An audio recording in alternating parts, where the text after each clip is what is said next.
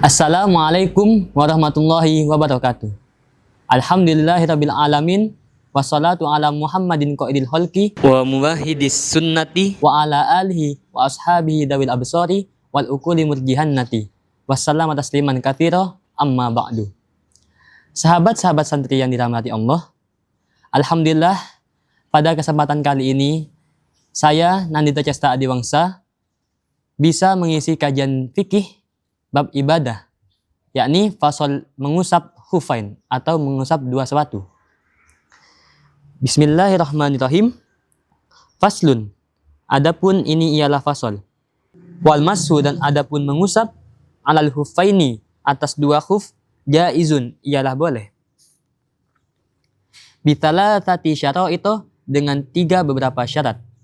Ayyabtadi'a, rupanya hendak memulai siapa man lubsahuma, pada mengusap dua khuf, ba'da kamalit taharati, di setelah sempurnanya bersesuci. Wa ayyakuna, dan tidak ada apa khufaini satira ini ialah menutupi lima halli ghuslil fardi, pada tempat basuhan fardu, minal qadamaini, dari kedua telapak kaki. Wa ayyakuna, dan tidak ada apa khufaini mimma, ialah dari sesuatu yumkinu, yang memungkinkan apa ma tatabu'ul masyi, apa terus menerusnya berjalan, alaihima, atas keduanya hufain. Wayamsahu, dan mengusap al mukimu, siapa orang yang bermukim, yauman, di dalam sehari, walailatan, dan malam. Wal musafiru, dan musafir, talatata ayamin, dengan tiga beberapa hari, bilayalihinna, dengan malam-malamnya, talatata ayamin. Wabadida'ul muddatni, dan adapun permulaannya masa, min hini yuhdisu, ialah dari sejak rampungnya hadas, ba'da lubsil hufaini, di setelah selesainya memakai dua khuf. Fa'in masaha, maka jika mengusap siapa man fil hadari, di dalam keadaan mukim, tsumma safaro, kemudian berpergian siapa man, au masaha, atau mengusap siapa man fis safari, di dalam perjalanan, tsumma aqama, kemudian bermukim siapa man, atamma, maka menyempurnakan siapa man masha mukimin, pada mengusapnya orang yang mukim. Wayabtul masu, dan menjadi batal al masu, apa mengusap, bitalatati asya'a, dengan tiga beberapa perkara. Bihol ima, sebab melepasnya hufain. Wangkido ilmuddati, dan habisnya masa. Wama, dan sesuatu yujibu, yang mewajibkan apa ma al gusla, terhadap mandi. Bismillahirrahmanirrahim. Fasal ini menjelaskan tentang kebolehan mengusap khuf atau mengusap dua sepatu. Sebelum memasuki syarat diperbolehkannya mengusap sepatu, alangkah baiknya kita mengetahui bahwasannya mengusap sepatu ini hanya ada di dalam wudu, tidak ada di dalam mandi wajib, mandi sunnah, maupun dalam menghilangkan najis. Kemudian syarat-syarat mengusap khuf ini ada tiga. Yang pertama, yakni memakainya itu di setelah sempurnanya bersesuci. Jadi apabila kita memakai khuf di sebelum wudu atau tayamum, maka kita tidak boleh mengusap khuf, dikarenakan syarat yang pertama dari mengusap khuf ini harus dipakai di setelah sempurnanya bersesuci. Kemudian syarat yang kedua adalah sepatunya itu harus menutupi sampai tempat basuhan fardu. Yang dimaksud tempat basuhan fardu di sini adalah dari bawah telapak kaki hingga kedua mata kaki. Kita ambil contoh sepatu sekolah yang pada umumnya. Sepatu sekolah yang pada umumnya itu tidak memenuhi kriteria hufain ini, dikarenakan tidak menutupi sampai kedua mata kaki. Lain halnya dengan sepatu boot yang dipakai oleh petani di sawah. Sepatu semacam itu sudah memenuhi kriteria karena mencapai kedua mata kaki, bahkan lebih. Jadi, usahakan kalau ingin menggunakan hoof, cari sepatu yang melebihi kedua mata kaki. Contohnya seperti sepatu boot yang tadi. Lanjut, yang ketiga, yakni sepatunya itu harus kuat.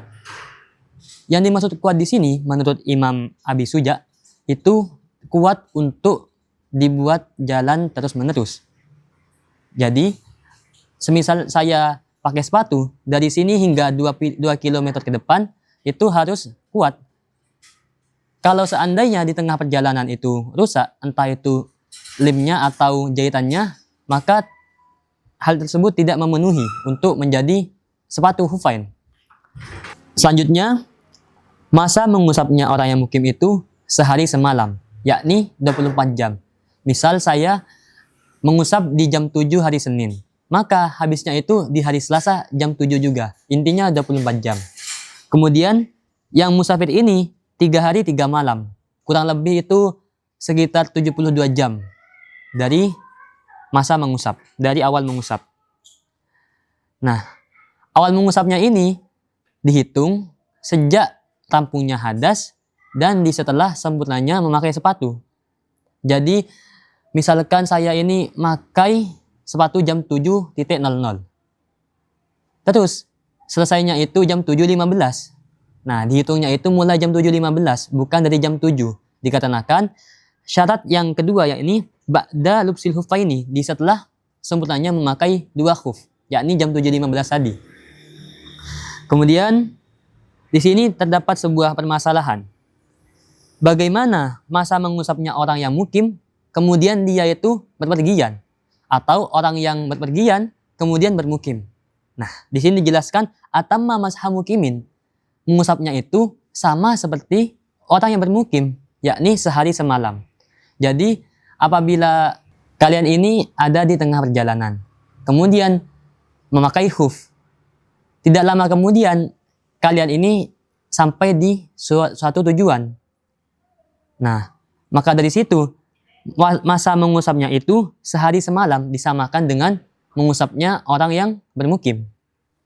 Lanjut pada pembahasan yang terakhir, yakni hal-hal yang membatalkan mengusap. Hal-hal yang membatalkan mengusap itu ada 3. Yang pertama, pastinya ketika kita melepas sepatu tersebut.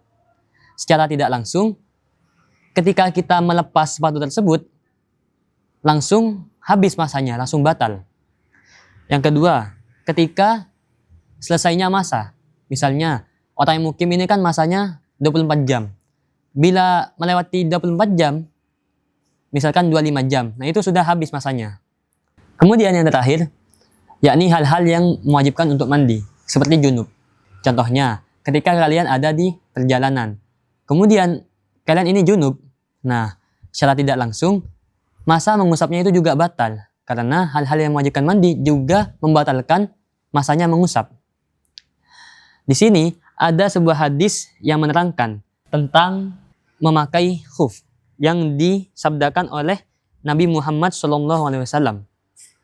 Hadisnya itu berbunyi, "Man kana yu'minu billahi wal yawmil akhir fala yalbas khuffahi hatta yanfuduha." Hadis ini menjelaskan bahwasannya barang siapa yang beriman kepada Allah, maka jangan memakai sepatu hingga kalian membersihkannya dulu, seperti dianukan ke tanah dulu. Karena Nabi dahulu itu sempat kaget. Di sepatunya itu terdapat sebuah ular yang hitam yang keluar dari sepatunya.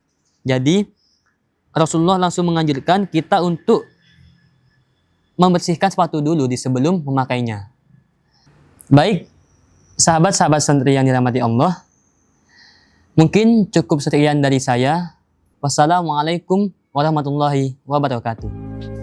Jangan lupa saksikan terus kajian kitab di channel MPK Nuris. Jangan lupa like, comment, share, and subscribe ya. Dadah!